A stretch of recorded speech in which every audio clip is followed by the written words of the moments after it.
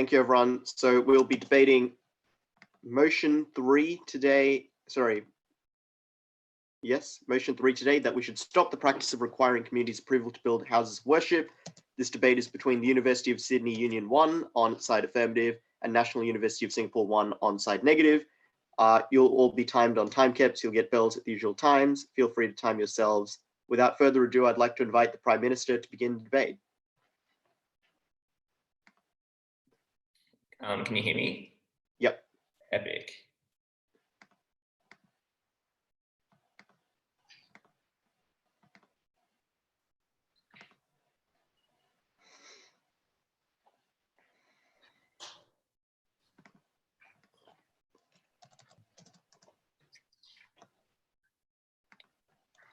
Starting in 3, 2, 1. In this debate, side affirmative has quite an easy burden. All we need to do is show that some people practicing a religion doesn't really cause significant harm to anyone. And in fact, it is just like any other enterprise. Because in setup, we would note that this is not something that applies to almost anything else in society. For instance, schools, shopping centers, etc., are not subject to such practices or things like this. Basically, the ability for a community to veto construction of it. Why is it that a community should be able to veto such religious buildings? That is what we need an answer to from side negative. So back in setup, on our side, basically, we support, for instance, councils spreading some sort of information to educate people on what's going on and having some degree of engagement, but mostly carried out by the religious body that's actually concerned and the one that's going to set up a religious building and stuff like this. And just sort of, not exactly set up, but just sort of making some observations about where this debate applies. There are two cases where it does not apply. The first is in basically totalitarian states, for instance, Turkey or China or India, for instance, simply because this right does not exist there. Because if the government is so strong, the community does not have the actual capacity to veto such things that the government might support or incredibly powerful religious interest within that government might support. And so the topic does not apply there. And basically the veto/require approval thing is synonymous, because if the community does not give approval for it, that amounts to a veto. The second case where this does not apply is in super radical or vitriolic areas, and that is basically because people of a certain religious group are smart enough to realize that they can foresee incredibly huge problems. And so basically where this debate applies are the sort of fence sitter cases where a community tends right now to not approve things simply by erring on the side of caution, whatever that might be. And it is not, the sort of very worst cases that side negative might like to cherry pick.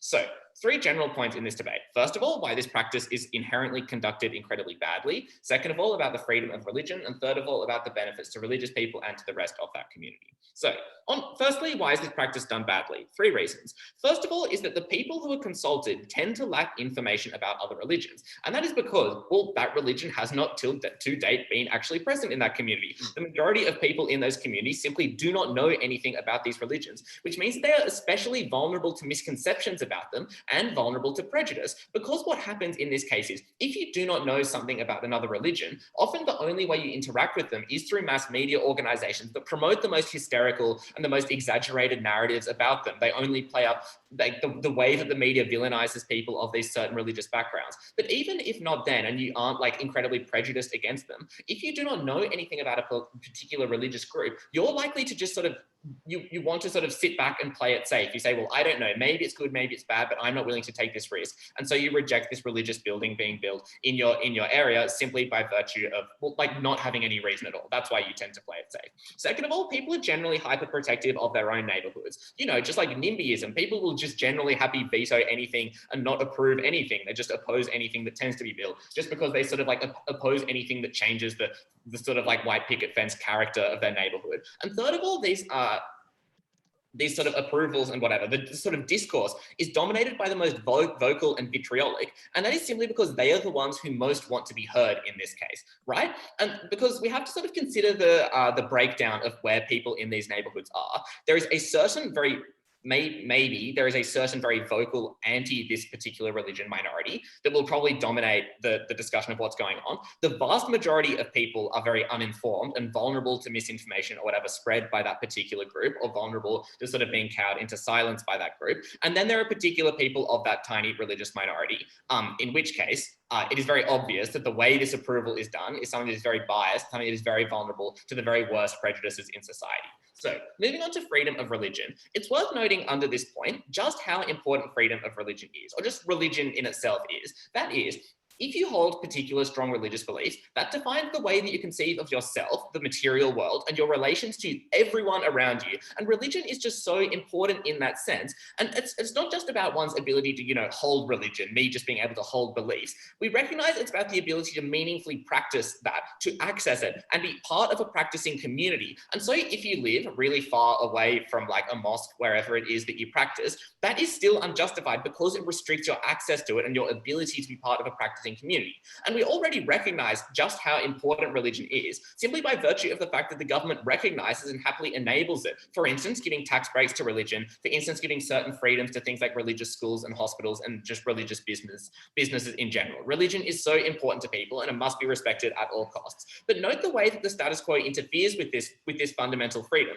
because it places great restrictions on the ability to practice. That is, often these religious buildings are just simply not allowed to be built in the first place, which obviously contravenes this. But even the practice of asking for consent, asking for approval of these communities is a violation of that freedom, because it says that these people are not free to practice unless a certain group of outsiders permit them to do it, which basically says that you do not have that freedom. And especially, it's especially worth noting at the end of this point that it does not cause any direct harm to anyone. Like there may be some like vague, intangible things about like community culture or something like that, but that doesn't constitute like an actual harm. To contravene someone's most fundamental freedoms, you need to have something really serious, which building a mosque certainly does not do. Negative has to prove that religion is uniquely harmful compared to any other sort of development, businesses, whatever. And also, we just have to ask the question of side negative.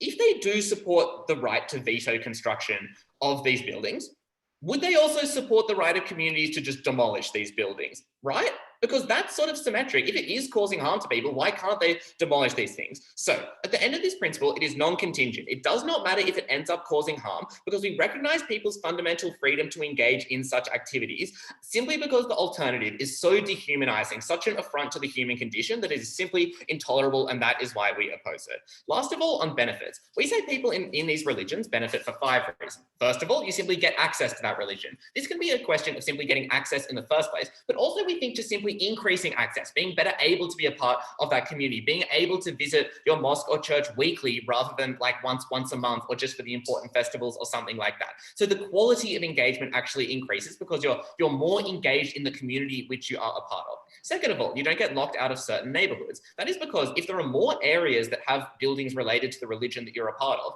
you simply have more access to housing. You're better able to move to places where you want to do, whereas in the status quo, you're often locked out of areas simply because you lack access to that religion that is so important to you. Third of all, it removes the notion that your religious practice is subject to the supervision of wider community, which means that you may be equally free on either side, but on our side, you simply feel more free in your religious practice. Fourth of all, you gradually diminish prejudice simply by people interacting with each other more. People at the end of a service on the weekend, seeing other people in the streets and just interacting with them, and that probably diminishes prejudice. Fifth of all, religions become less radical and insular, because if you are siloed off into certain neighborhoods and the rest of society does not include you, of course you're going to become more radical. And the really sort of problematic bit is the way that itself inflames prejudice, and you end up with a circular thing that makes everything way worse. So this sort of preemptively responds to all the backlash material we're likely to hear from side negative. First of all, because of our framing, because in the most extreme cases, nothing really happens there. And so we sort of avoid the worst backlash. Second of all, most people simply are not going to be that mad by virtue of our characterization from earlier, because the majority of people tend to be ambivalent to these religions. And third of all, backlash will likely fade quickly as people realize that these people are just normal people like them that just have different religious beliefs. And the community at large benefits because they tend to become more tolerant, but also they get the benefits of living in a more diverse society, meeting new people, seeing new festivals they've never seen before, but also they gain from things like charitable works. At the end of this, no one ends up worse off, but we're the side that respects people's most fundamental freedoms for what they are and what they deserve. And that's why we propose. Thank you to the first affirmative speaker for that speech. I'd now like to invite the first negative speaker to deliver theirs. All right, just give me a minute, please.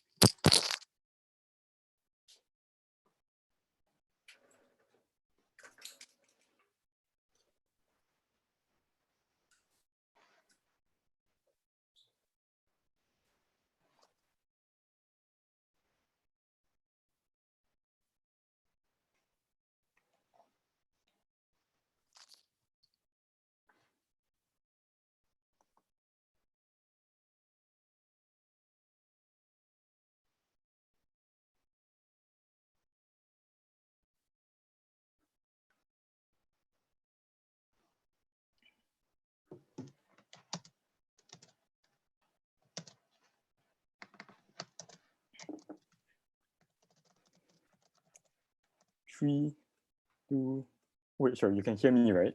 Yep. All right, good. 3, 2, 1, go. We are perfectly happy to have the education of dominant communities, but we are realistic and pragmatic. We recognize the realities of the situation on the ground, what people believe in and how they will react. And for this reason, we will win. Let us be very clear about what we stand for.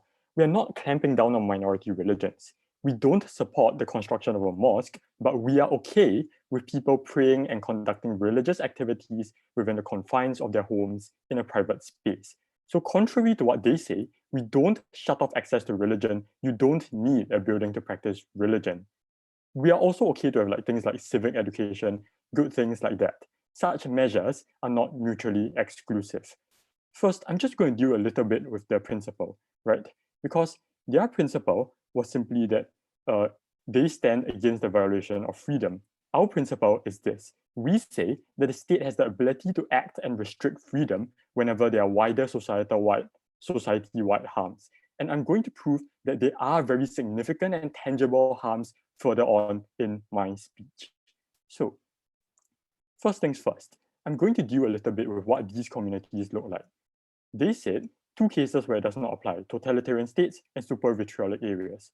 On the other hand, what we are talking about is places like Pakistan, Myanmar, and India, places where there's a lot of tension between the different religious groups and there are religiously fractures.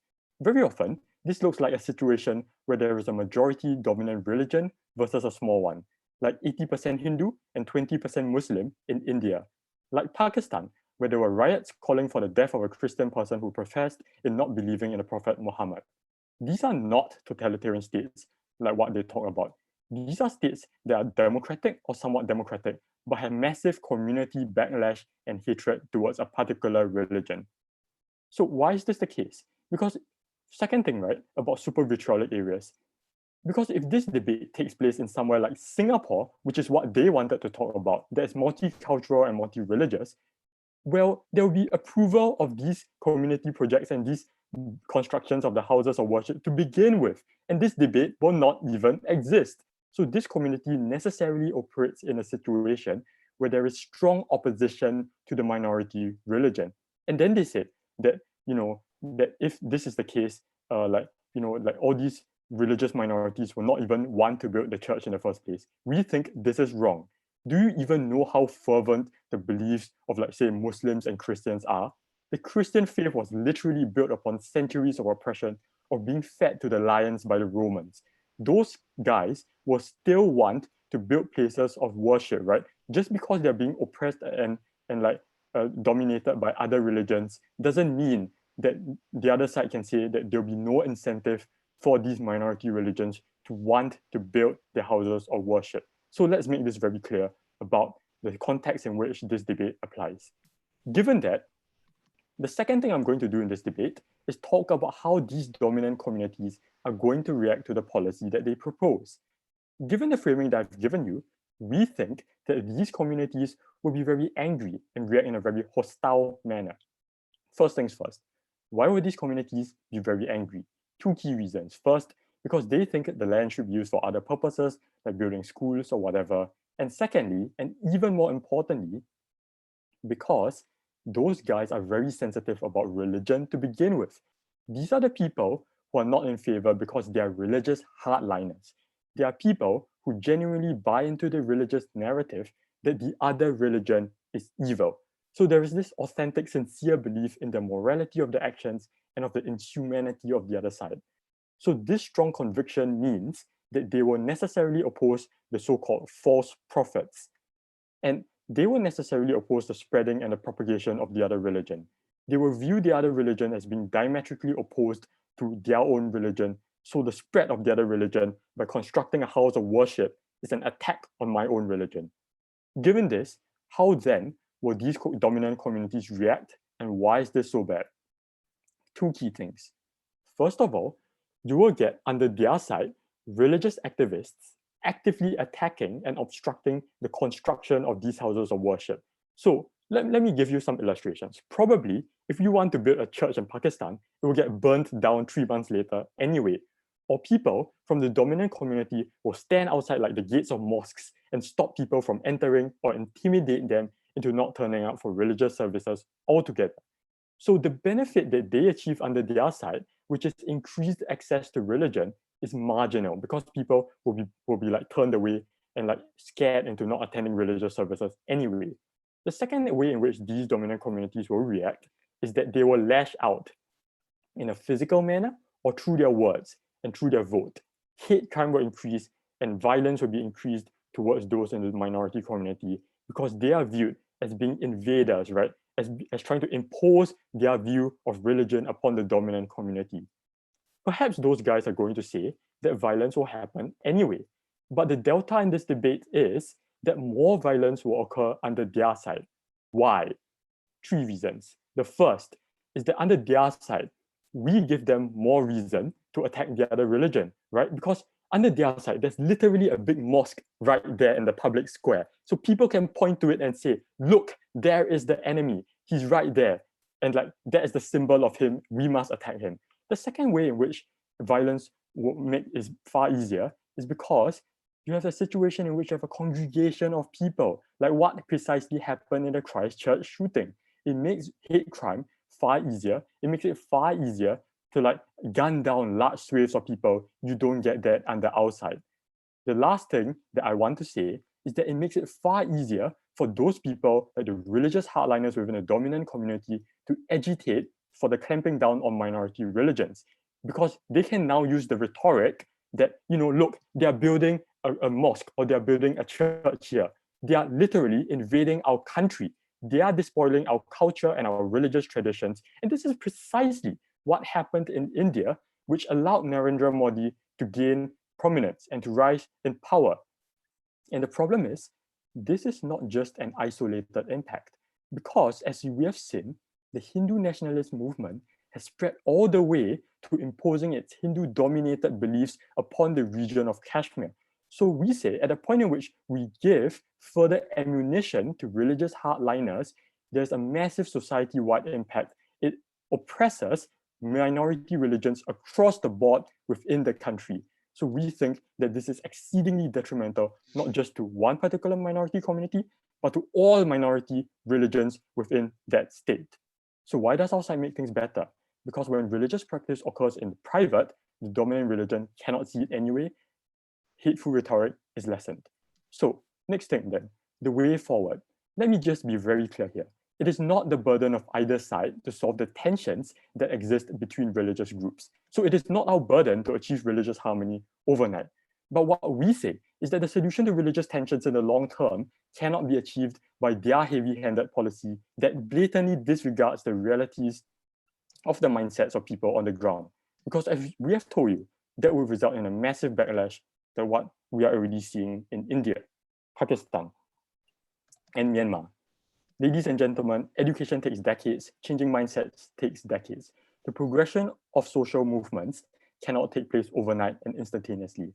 At the very least, under our side, we save lives. Oppose. Thank you to the first negative speaker for that speech. I'd now like to invite the second affirmative speaker to continue their team's case.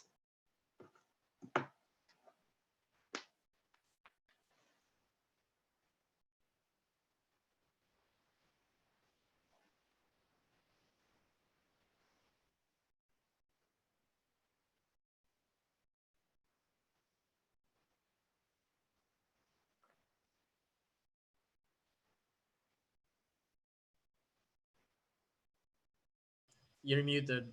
Yeah, Katie, I think you're muted. Sorry. Sorry,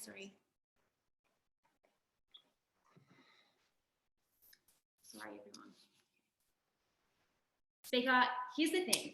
If you're a minority religion in any sector of any country in which another religion dominates, you have very little incentive to go into a community in which that religion is particularly dominant, where lots of people hate you, where they actively oppose your religion, and there is established religious conflict between you and that group of people.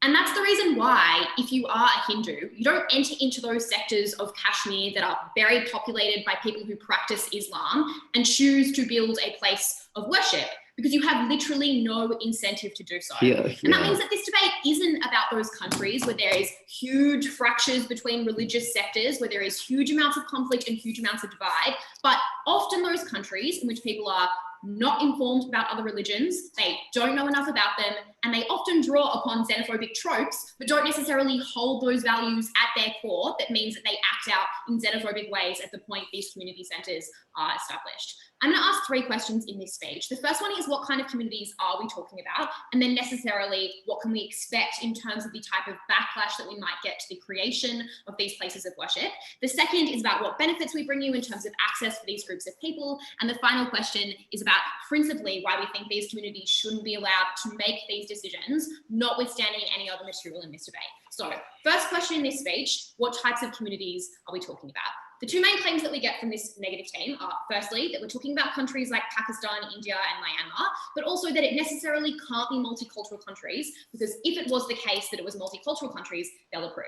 I think the first thing to note here is that empirically this claim is untrue, for the reason that Australia is a multicultural country. Yes, Christianity dominates as a religion notionally, but we still have a spread of religions. And we still see things like mass community opposition and the blocking of constructions of things like mosques, which suggests that the claim that because a community is multicultural doesn't necessarily mean that they allow the approval of these types of places of worship. And no, we give you a whole host of reasons in Mark's speech about intuitively why this is true, right? The first one is that often people just make decisions on the back of having poor access to information about something, which doesn't require you to be xenophobic or racist. The second is that you often have no connection to that particular religion. You don't know people in it, they can't talk to you about it, but importantly, it means you see no impetus for the construction of that particular place of worship because you can't envisage anyone in your life needing to use it. The third is that people are generally opposed to change and they prefer the status quo, and they often shape their sense of identity around the community in which they live and have an attachment to it, which means they are hesitant for things to change. And a good illustration of that is things like public transport developments being resisted by people who live in communities without public transport, areas like Mossman and like the beaches in New South Wales, because people say things like, that's not what the culture of our community is about. The final thing to note though is that often people don't have any reason, right, for opposing these developments, except that they just kind of think, oh, like, I'm not really a huge fan of that. Things like they don't like what the building is going to look like. And we give you all of those reasons to suggest that's often why people decide things, which establish that this can happen in multicultural communities. It's where we think the debate lies. The second thing to note, though, is when they say, Pakistan, India, and Myanmar are central to this debate. Like, the incentives we give you in Mark's speech about why it is that this doesn't happen in particularly xenophobic communities get no response. That's that in particularly xenophobic communities or communities where there is a high rate of religious conflict, you would actually prefer to practice in your home. Like, why would you want to build a place of worship where, as they say, you can be targeted by people who want to engage in things like mass shootings? But I think the next thing to note though here is that it's not just that like you put yourself in things like physical danger. There are enormous costs to the construction of places of worship.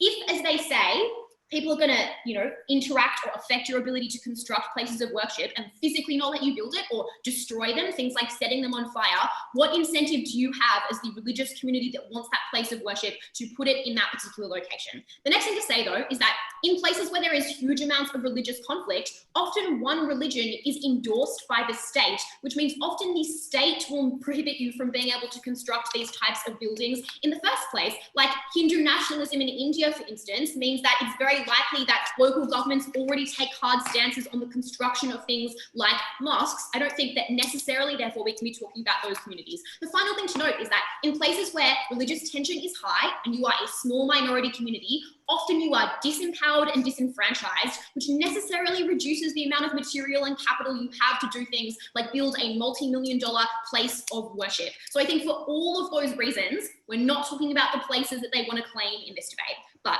even if at worst for us, we are talking about places where religious tension is high, this negative team never gives us any analysis about why it is that members of that community, if they feel the need for a centralized local place of worship is more important than the harms that might come from the construction of it, shouldn't be entitled to do so. I know that's particularly important because they say it's neither team's burden in this debate to ensure religious harmony between different groups of people, so then they can't claim that increasing religious tension is a harm if it means that it gets benefits to some groups of people. I think the final thing to note though is that, like, obviously these people can consent to this. If you want to put yourself in harm's way for the benefit of your religion on the whole, or because you believe it will increase your connection and religiosity, we say that you can do so. So at the end of that speech, I don't think the harms of xenophobia they want to get necessarily stand. The next thing to note though is that we tell you in Mark's speech that it's more likely that you reduce religious conflict and tension, or just general xenophobia, at the point you build these places of worship. And that's for a couple of reasons. The first one is that often these tensions are caused by misinformation and stereotypes about that religion. So actually having people in your community and seeing them forces you to engage with them meaningfully. It breaks down those stereotypes and that reduces the animosity that people have between one another. The second thing to note is that churches obviously have incentives to reach out to those communities to minimize resentment at the point they enter into them, which means that you don't just see those people in your community, that church has active incentives to engage with citizens so as to get them on side to reduce the harms that they want to say might occur. The final thing to note is that councils obviously have the same incentives. Like, governments don't want huge amounts of religious and ethnic tension in the countries and places in which they live, which means that they also engage in things like reaching out and community kind of encouragement and engagement between those two groups of people. So I don't think xenophobia is as bad as they say it is. Second question in this speech then, what benefits do we bring you? And no, all of these go pretty much unresponded to, except just to say, well, you know, religious tension and harm is going to be worse. We never get any analysis about why that necessarily trumps a person's right to see these things as beneficial. The one response we do get is to say, well, you can still have access because you can do it in your own home. Like, note the first thing is sometimes this is literally untrue, right? Like, certain religions have key aspects of the religion that require you to be in a place of worship. Think Catholicism and going to confession with your like priest. The second thing to know though is that often at an entry level, you need to actually be able to go to a place of worship to learn about a religion, right? Like, you can't often just teach yourself religion. You go to a sermon or you listen to someone give a talk in a place of worship. So at the very least, it stops people that are entry level from getting that particular type of access. But no, we also tell in Mark's speech why it is that it's not just about like how much you can access religion on net, it's the quality of your religious interaction. Things like feeling a greater religious connection because you're in a place of worship. Things like being able to take advantage of the resources that a place of worship has. Things like prayer books or the Torah or prayer rooms that you can access. But even just things like having access to a pastor or an imam that you can talk to about your religion meaningfully increases your religious experience. At the end of this speech, we told you there were a whole host of benefits in terms of access. We thought you increased tolerance in the communities where this debate was actually taking place. And we never get any response to our material about why it is these communities principally don't have a right to make this decision and why it is they are often poor decision makers, which means that even if you accept all of their harms, they never prove people can't consent to them. They never prove people are principally justified to have this right. We propose. Thank you to the second affirmative speaker for that speech. I now invite the second negative speaker to deliver theirs.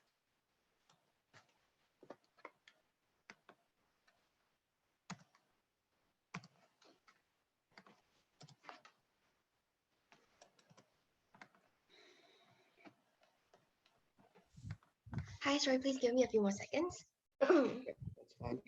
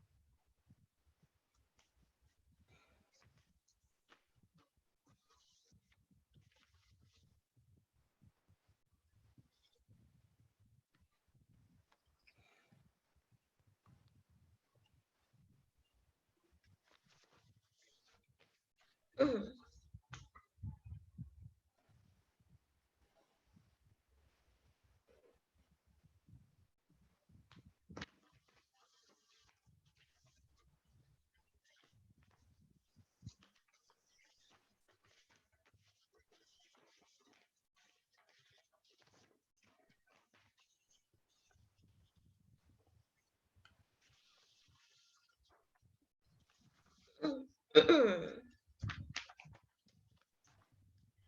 think I want to make it very clear that our side is not defending a world in which Hindus march into Kashmir and settle down there despite religious differences. I think realistically, we'll be talking about worlds where Hindus perceive their own government to owe them a political duty to allocate their budget into building schools for them, into allocating land spaces to building homes for their own people, as opposed to approving for the construction of buildings that cost a lot of money, as the second affirmative speaker has already conceded to build to free up land spaces to build houses of worship for people who are seen as adherents of an inferior religion. But even if we assume that we are talking about secular states to some degree, right? I think the solution here is simply to have a state that can increase the information accessibility to its so-called misinformed or uninformed people on the ground in order to gain the kind of communal support. We see this happening in places like Singapore, Malaysia, I guess to some degree, for instance. And if the prime example they're going to use is Australia, I think that's particularly problematic because they don't seem to realize the amount of discrimination that the indigenous people there are facing. Do you necessarily give the indigenous people their religious freedom?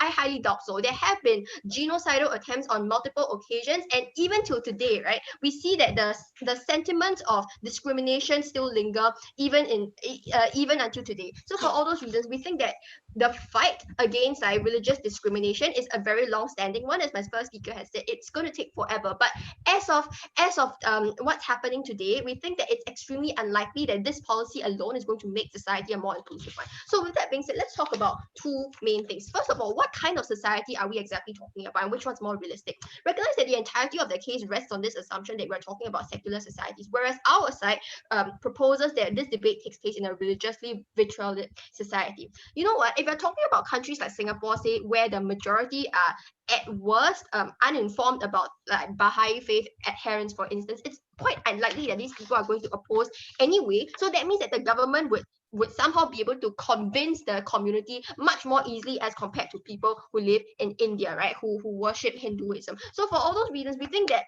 it's unlikely for there to be any real impact in this debate or any meaningful contention if we assume that this debate takes place in a purely secular society. For this debate to be meaningful, I think Affirmative needs to realize that their burden is not that simplistic. They necessarily need to defend a world in which the community disapproves, to which they need to answer what's going to happen next. But you know what? And what this necessarily means is that the majority of the individuals in India, in Myanmar, for instance, where the political scene is dominated with things like religious rhetoric, we think that a majority of the people actually intertwine their religious beliefs with the kinds of political decisions that they make when they choose to cast a vote. So that means a majority of people vote in the Hindu Nationalist Party, for instance, on the very basis of religion. We suggest that these people are not necessarily uninformed. If anything, they protest when the government provides like favorable treatment in any way to minorities on the basis of things like opportunity cost, because they would come up with rhetoric like the minorities are taking away our land, they're taking away our money, and this amount of money should be used to build school for us to feed our own people who are already starving to begin with. We think that it's quite likely that these are the kinds of situations we're talking about. But even if we're talking about societies that are not particularly vitriolic, right, I think the need for community approval necessarily means that religious minorities' freedom to build their houses of worship will still be entirely premised on the majority's interest. Their side needs to explain why the majority necessarily has the interest to approve of these kinds of buildings. We think that this is unlikely to be the case for a couple of reasons. The first reason is because the majority already has the intention to subjugate these religious minorities because of this perception that their religious that their religion is inferior compared to theirs, or in some other cases their religion is the complete antithesis of what they stand for, such as in the case of the conflict between the Christians as well as the Muslims. But second of all, it's also the fear of a financial opportunity cost when they perceive the state to owe a more fundamental duty to take care of their interests as opposed to religious minorities. We think that this is a never-ending cycle. People will never be satisfied enough to the extent they're willing to grant additional state benefits to people whom they perceive to be inferior. In fact, the second thing that I want to talk about here, but before I move on, I need to first clarify one thing, right? Their second speaker came up and said that it's not possible to have for people to build houses of worships within their own homes, and this is the crux of our case.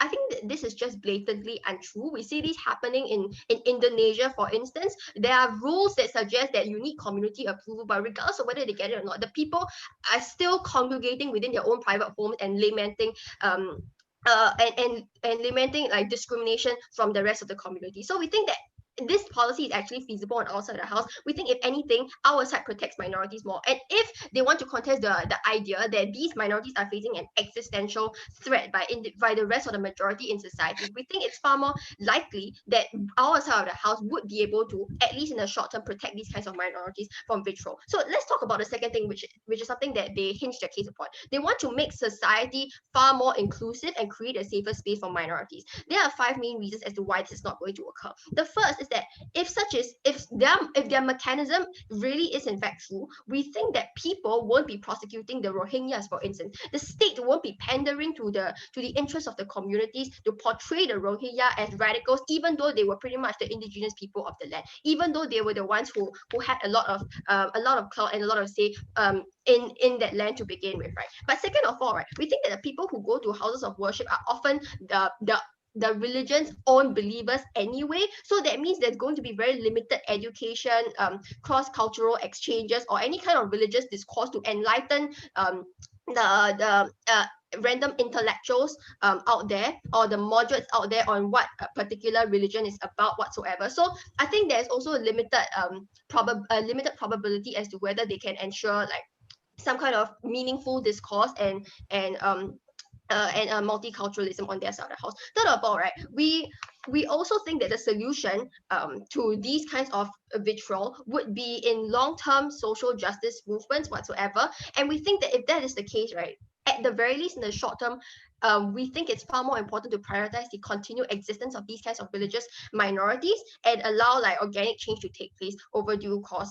of time. We don't think that that's going to happen on our side, on their side of the house, at the point people see their public enemies being given state funds that should otherwise be allocated to them to construct the kinds of religious buildings for themselves whatsoever. But the fifth reason, right, is that oftentimes the government would also be pressured to enact like stricter laws in order to some degree account to the public as well. So that means that if the government feels like it is still to some degree beholden to the Hindu majority in India, for instance, they are more likely to amend the kinds of laws that they have regarding the construction of these kinds of buildings. So that means that in the long run, these religious minorities are still going to be stifled, and they would face greater restrictions when it comes to having the state approval to build these kinds of religious houses of worship. So for all those reasons, we think that it's far less likely that these minorities will be empowered in the long run anyway on their side of the house. But more than that, we think that cyclical violence is going to worsen on their side of the house, because at the point the majority gets angry that the minorities are congregating in public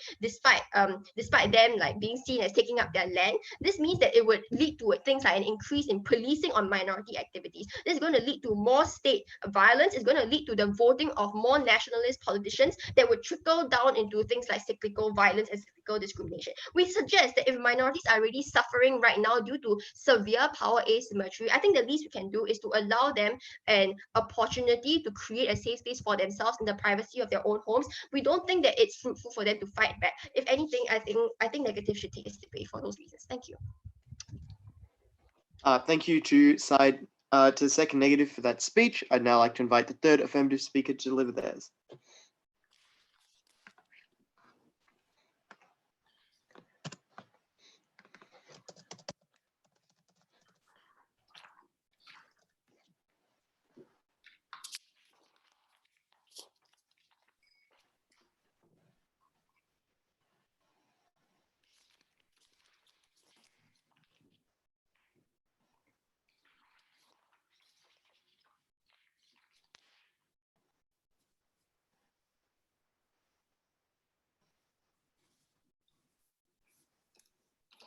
This team actually does a lot of our own work for us, because first negative spends a lot of time saying you could be killed. There's a reasonable likelihood that if you build this place, you're going to be attacked. And if you know that, and if the attitudes in that community are that obviously vitriolic, you are not going to try and build your house of worship there. The first issue I want to interrogate is, what is this debate about and where is it set? And notably, almost all of this team's material is contingent upon a very specific iteration of the debate.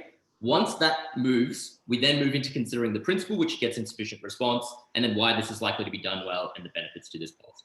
First question, where does this debate take place? This team starts by saying we think this debate is about Pakistan and Myanmar.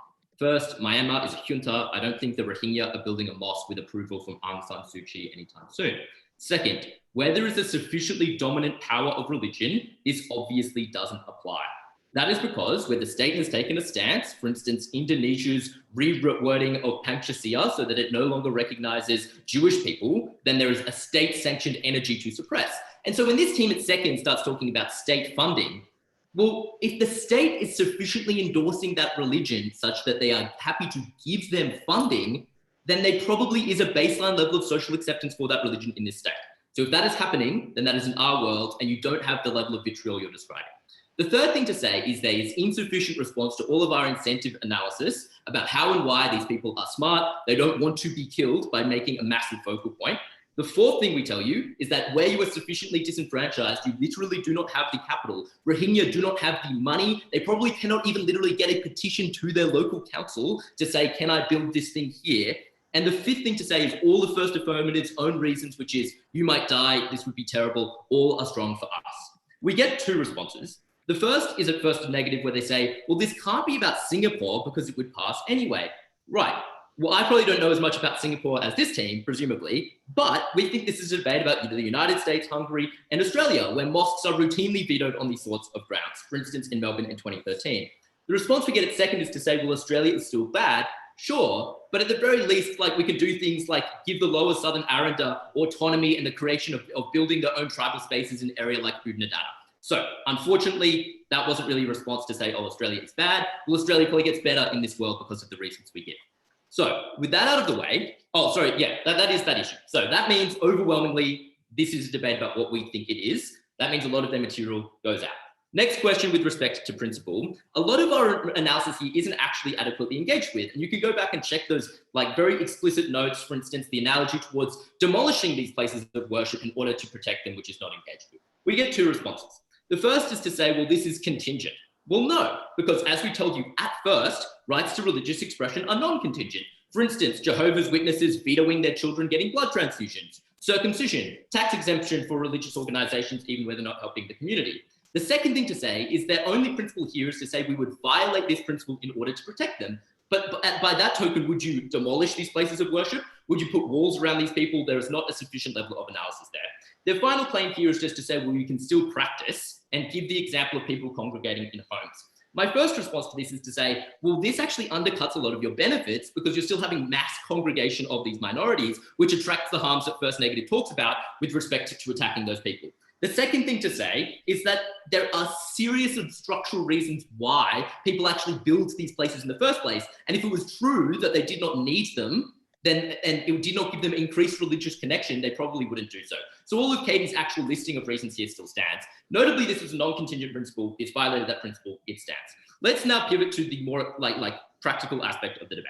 We give you a litany of reasons why this is likely to be done well.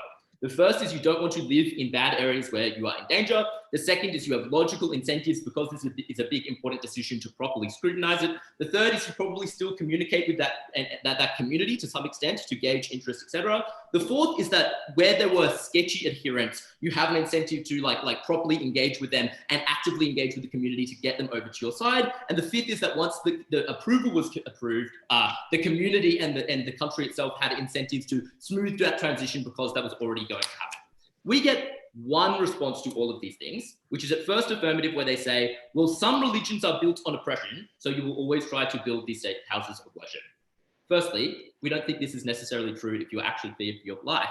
But secondly, this is actually a really big concession panel, because if that is true, then in their side, they also try to build the houses of worship.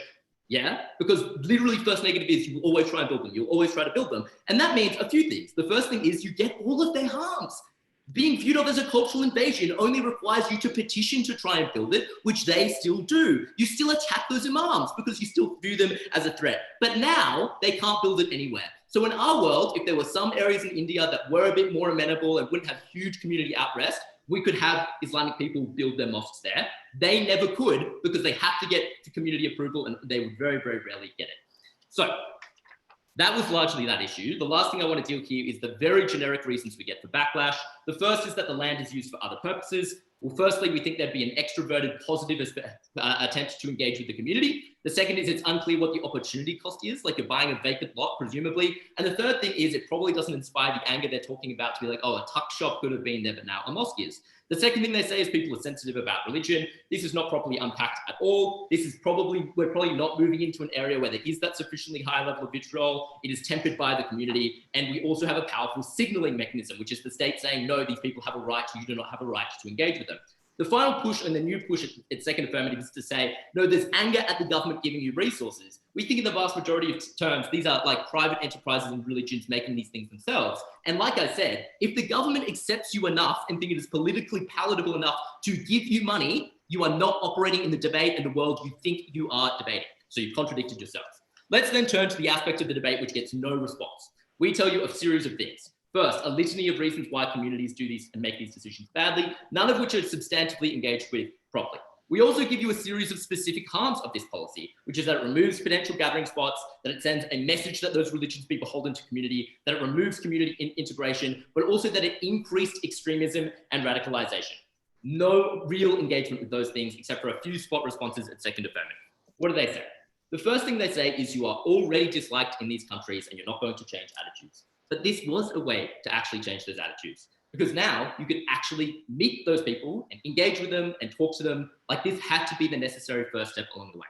The second thing they say is that the people who go to these areas are only adherents. Right, but as we told you, you have an incentive to engage in those areas, but you can also do things like hold festivals, like the famous Sikh festival where they feed the entire community, which would be an incredible and awesome way to get that community on side.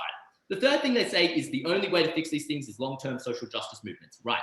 And the first step to that is recognizing that these people actually had a right to congregate, they had a right to build their houses of worship, and had a right of baseline respect. So even their attempts at spot rebuttals to these arguments are not sufficient. And unfortunately, almost all of their other material is really just nitpicking and specific characterization pushes. And all of the structural reasons we gave you mean that this debate doesn't take place in their world. And even if it does, they carry all the same harms, if not more so than in ours. So this team unfortunately gets too stuck in a specific characterization of the debate. That is not what the debate is for 6 structural reasons I gave you at the beginning of this speech. That means we win. Very, very proud to propose. Thank you, Third F, for that speech. I invite Third Neg.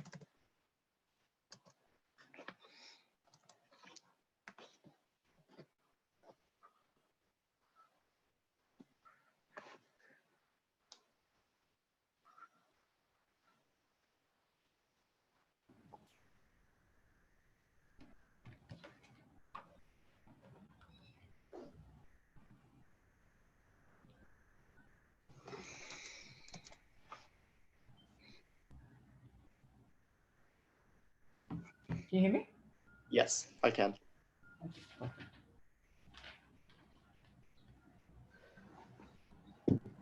Okay. 3, 2, 1. Principles are not absolute. Debates are about trade-offs. What's the trade-off in this debate? We're perfectly happy to trade off. The trade-off is some extent of your right to practice your religion if it comes at the benefit of actually protecting these vulnerable minorities, right? Because if the reaction of the majority to this is actually going to be to further worsen and further oppress these minorities, we think the other rights that they would then give up as a result of that oppression is far worse and something we need to prioritize. That's why we're perfectly okay to trade off some level of religious freedom for these minorities in order to keep them safe. 2 clashes. Where does this debate actually take place? And secondly, how will the majority react to these decisions, and why is that necessarily problematic? Notice the crucial frame that they continue to not engage with this debate, right?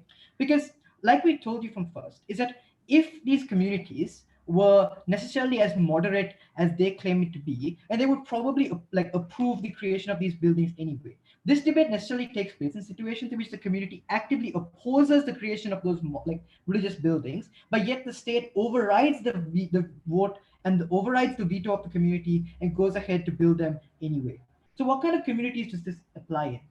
Firstly, their thing about totalitarian states doesn't make sense, like doesn't necessarily matter either, right? Because notice it's like countries aren't necessarily homogeneous. So for instance, even if you look at places like India, for instance, like even pre-BJP government, is that there are certain areas in India that have a predominant with racist Hindus. And there are certain areas which have with predominantly moderate Hindus. Muslims lived in both of these areas. So we already built mosques because the moderate Hindus approved the building of those mosques in more moderate Hindu-dominated areas, whereas we didn't build them in extremist areas because the extremist Hindus did not approve them. This is a situation in which it takes place. But secondly, they tell us it's also about what about Western countries? Because notice the incentives that they tell you is that people are going to veto it because they want to protect their neighborhoods. Notice that this incentive doesn't change. So this also applies, for instance, in places like France, in places like Hungary, where it's massive xenophobia against Muslim immigrants wanting to build mosques in Hungary, for instance. And like white xenophobic people wanting to protect their neighborhoods by actively vetoing these mosques. And the incentive doesn't change, therefore they're likely to resort to other means of protecting their neighborhoods absent of this. But finally, on the people who do this because they don't know anything about the religion, we think the state has active incentives to actually convince it, give people that accurate information in order to convince them to approve the proposal on our side of the house. Because at the point at which people don't approve the proposal, the state has to trade off one group of votes for another, right? So either you upset the majority by forcibly creating that mosque, or you upset the minority by not creating that mosque. At the point at which you're capable of spreading accurate information and getting the majority on board as well, you don't alienate either group, and therefore both of them will vote for you in the next election. So you have an incentive to do that and create and remove those misconceptions. And therefore we think those situations are also not what this debate is about. Secondly, then, we think this issue about how minorities don't live in extremist racist communities anyway. Here's the problem. One, they already live in these communities because the areas where more extremist people tend to live in general tend to be your poorer communities in more rural areas anyway. And minorities are often forced to live in these areas at the point which, due to things like discrimination in jobs, they're unable to have enough money to be able to afford to live in the cities where there are more moderates in the first place. But secondly, so they said minorities wouldn't want to build mosques in these areas to begin with. Here's the point, right? Minorities are also not as foresighted and far-sighted as they paint them to be. Right? The point at which you don't believe, you don't foresee the way in which the community is going to react to you forcibly building your mosque. You're more likely to be more short-sighted about this and go ahead and build a mosque, go ahead and build your religious place of worship anyway. And then only after that you realize, the point at which you end up getting hurt as a result of it, that's only when you realize that you made that maybe this was not such a great idea. So those are the situations in which this debate takes place. Second clash then, how would the majority react and why is this bad? Look, what we told you is this, and this is something they've never responded to, is why do a lot of these majority communities necessarily, why does the reaction of the majority get worse on our side of the house? Because in status quo, as long as the minorities live, there is obviously going to be things like suspicion that about these minorities, and this racism exists, but it's not as prominent in the sense that the people don't necessarily act on it as long as the minorities tend to kind of keep to themselves in status quo.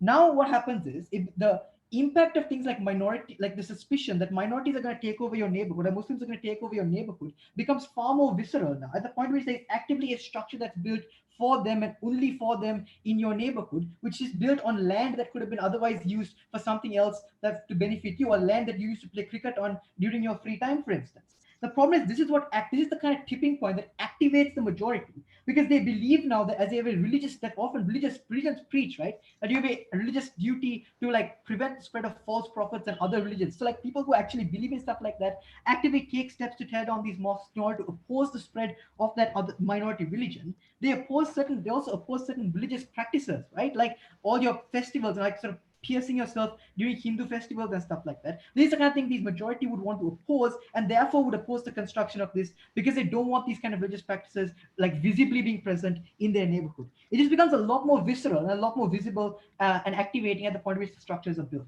What was their mechanism?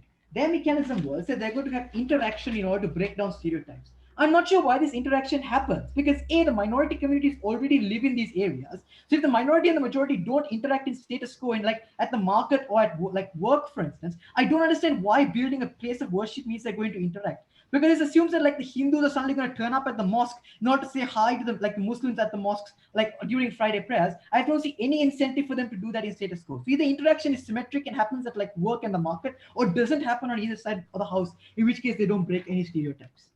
Secondly, what about the benefits they talked about, the benefits of having places of worship?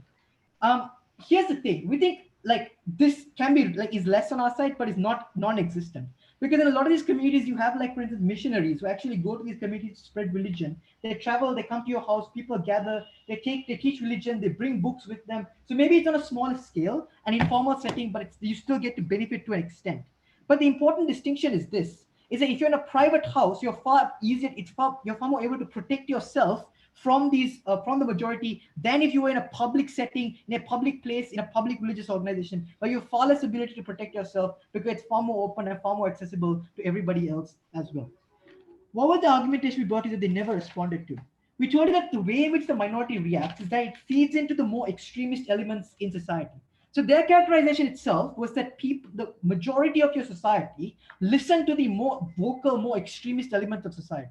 The problem is this policy empowers those extremist elements, because the rhetoric of the extremist elements is that the Muslims are invading our Hindu neighborhood. But that rhetoric now comes true at the point at which you actively see the mosque coming up in your Hindu neighborhood.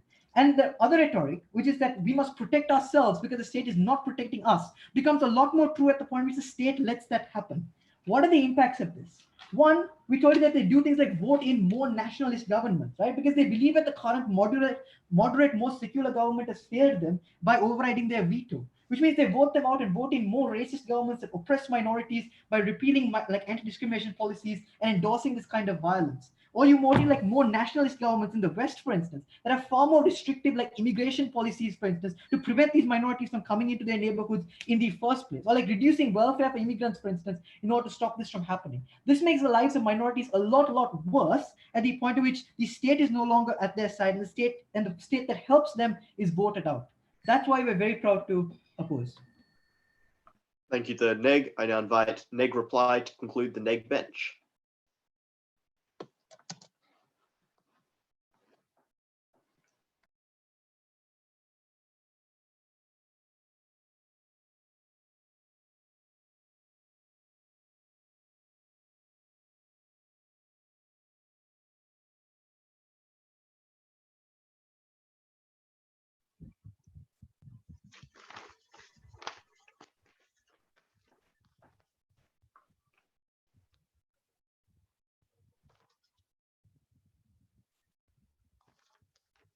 Two key questions in this debate. First question, where does this debate take place?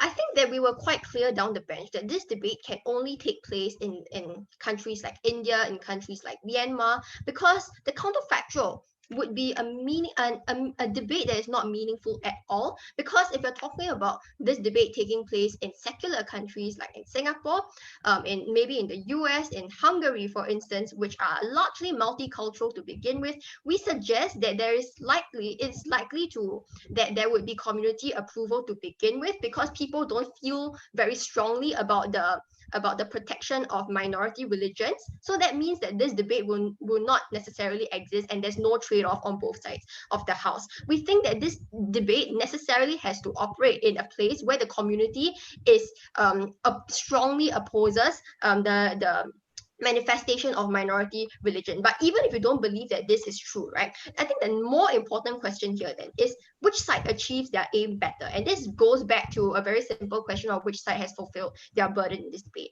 What did Affirmative tell you? They said from the get-go that they wanted to increase the inclusivity in society for these minorities themselves. We agree, but we argue that the solution to this is not to do away with the interests of the majority, because this is going to cause significant backlash at the detriment of the minorities themselves. We said that this is especially likely to be the case when it would lead to things like the destruction of public property, the destruction of public houses of worship by fundamentalists, for instance, and more perpetuated violence against minorities themselves. We said that they will be angry because the state would now be seen as ignoring their wishes to further some obscure political interest by building house of worships for minorities. Insofar as you want to make this argument on their side, their basic burden is to explain why the majority will respond positively by accepting the state's decision to build those houses of worship for them anyway. What they are essentially suggesting when they make this assertion is that just because Modi allows some mosques to exist, the Hindus would naturally go and pay those Muslims a visit in their mosques with an open mind as if they are children on a school trip. We think that this is unlikely to be the case because regardless of which world you're talking about, first of all, there would still be an inevitable opportunity cost that's incurred on the part of the state. So this means that the majority would necessarily have to swallow the idea of the state taking away money that could otherwise be used to build new houses for them, to build new schools for them, to provide better healthcare facilities for them, or in some cases, feed the poorest of the majority. We think that the sentiments from the majority are not going to be very positive. But second of all, if we're talking about a society with with a dominant religion in place, which is something that their side has actually conceded to, right? This means that the believers will still naturally perceive their own religion to be superior to that of the minority religion. So this leads to the propagation of the idea that that minorities do not deserve to build mosques or churches for themselves. The best case scenario on their side that they defend is continued hostility between the Hindus and the Muslims and the continued subjugation of the Muslims. The worst case scenario is that radicalism increases on their side of the house. What did our side tell you on the other hand? We weren't particularly ambitious because we said that we acknowledge that at times it is extremely difficult to survive in a state where there is perpetual vitriol targeted towards you. So therefore our aim was quite simple. We just want to protect minorities. And I think our third speaker was very clear about this, right? When he said that if the fight for inclusivity is really that hard and that religion is also fundamentally intertwined with politics in cases like India, then the least that you can grant to those minorities is to give them the ability to protect themselves. The counterfactual that they necessarily defend is one where there is cyclical violence due to the continued election of nationalist politicians, populist politicians out of hatred for those minorities. For all those reasons, please side negative. Thank you. Thank you, Neg Reply, for that speech. I invite Aff Reply to conclude this debate. Am I audible? Yes.